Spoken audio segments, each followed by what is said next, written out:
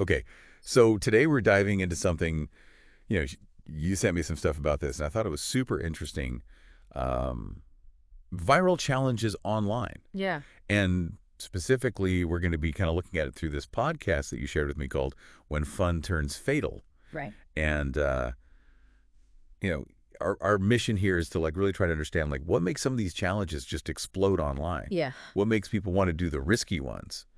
The real consequences, because of course there are some, Oh, yeah. and then ultimately, what can we learn from all of this? Right. So we're going to be looking at some, things that seem pretty harmless and then some things that are absolutely not harmless. Yeah.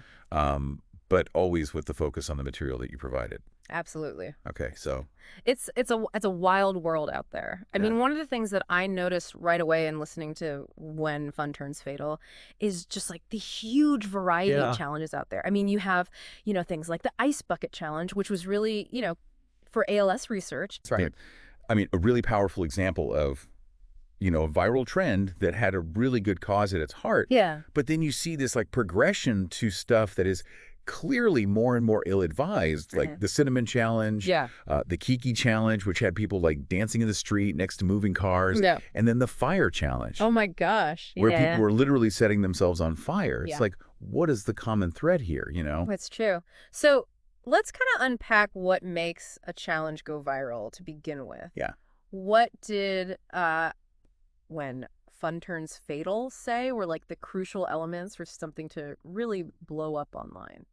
Well, they highlighted a couple of things. Okay. Simplicity was a big one. Yeah. A challenge that's easy to understand, Right. easy for people to copy, Yeah. has a much better chance of spreading. Makes sense. And then shareability. Okay. If it's something that's, easy to film and then post online, Right. that obviously just amplifies its reach like crazy. Right. And they talked about the mannequin challenge as an example of something that was, relatively harmless. Yeah. But it just caught fire because it was simple. Yeah. It was visually interesting, and pretty much anyone could do it wherever they were. Yeah. So that combination of like easy participation, easy sharing, that seems to be a really potent driver of going viral online. For better or worse, right? Yeah. We've seen the better with things like the Ice Bucket Challenge. Right. But let's talk about the worse. Yeah. Or maybe just downright dangerous is a better way to put it. Yeah.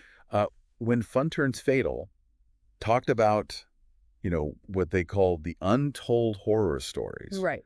What were some of the consequences that they highlighted? Well, the Kiki challenge is a perfect example. Okay. Where, what seemed like a harmless dance next to a car actually led to some pretty serious problems. Right. They talked about broken bones. Yeah. Even arrests. They mentioned a specific case in Dubai where someone was doing this on a highway. Oh, no. And got a traffic ticket. Yeah. Which is probably one of the luckier outcomes, to be honest. That's probably the best case scenario. Yeah, exactly. If you're going to do something that dumb. Right. Yeah. And then you've got the fire challenge, which is just terrifying to even think about. Awful. They They talked about, emergency rooms seeing cases of really severe burns. Right. Because of this challenge. Yeah, it's not just kids being silly. It's, these are things that can have really lasting repercussions. Absolutely life-altering consequences. Which makes you wonder, like, why are people doing this? Right. What is the psychology behind doing something that has such obvious risks? Right.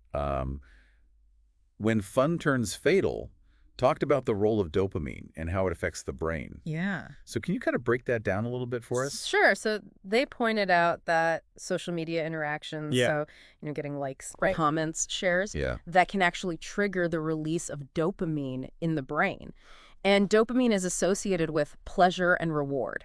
Okay. So it's basically like you get this positive feedback, you get that little dopamine hit, and it reinforces the behavior. Even if the behavior is really dumb. Exactly. Even if it was risky. Right. They also brought up FOMO, the fear of missing out. Right. Especially among younger people. Right. There's a real desire to fit in, of course, to be part of what's trending. Right. So if they see their friends doing a challenge, there can be this huge pressure to join in. Yeah. Even if they know deep down it's not a good idea. Right. It's really fascinating. Yeah. You know how these online trends can tap into that basic human need to connect and be accepted. Right. It's like, we talked about the negative stuff. Yeah. But it is so important to remember Yeah. that going viral is not a bad thing in itself. Right. You know, the Ice Bucket Challenge is a perfect example of how these things can be a force for good. Yeah. They raised a ton of money and awareness. Absolutely. And when Fun Turns Fatal even pointed out that it helped lead to some breakthroughs in ALS research. It did, yeah. It's not the virality itself that's the problem. Right. It's the content. It's what's being spread. Exactly. The Ice Bucket Challenge was simple, easy to share, and it was for a good cause. Right. It created this sense of, like, everyone coming together for something positive. Yeah. So it really shows that you can use those same dynamics that drive the bad trends to do something good. Absolutely. It just depends on the idea behind it. Yeah. And the motivations of the people who are starting it. Totally. Yeah. So, when Fun Turns Fatal, also spend some time talking about how we might address this whole, you know, the dark side of it. The dark side, yeah. What are some solutions? And one of the big things they talked about was education.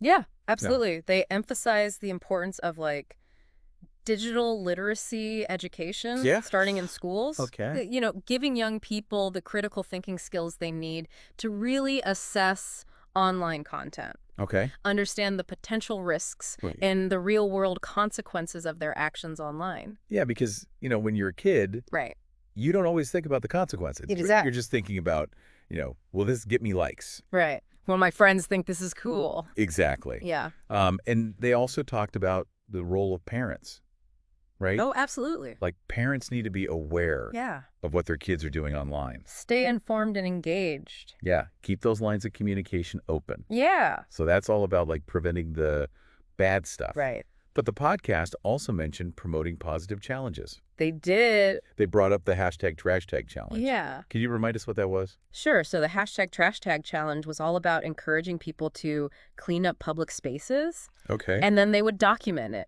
Yeah. Share it online. In pictures before and after. Exactly. Right. It's a really cool example of how you can use those same forces that can fuel risky behavior to encourage people to do something positive and helpful. Yeah. And, you know, it created that same sense of community. Absolutely. Right. Yeah. The material that you shared also touched on the role of the platforms themselves. Right. You know, this idea that they need to act faster to ban dangerous trends. Right. And even though when Fun Turns Fatal is like, you know, it's a fictional podcast within our source material. Right.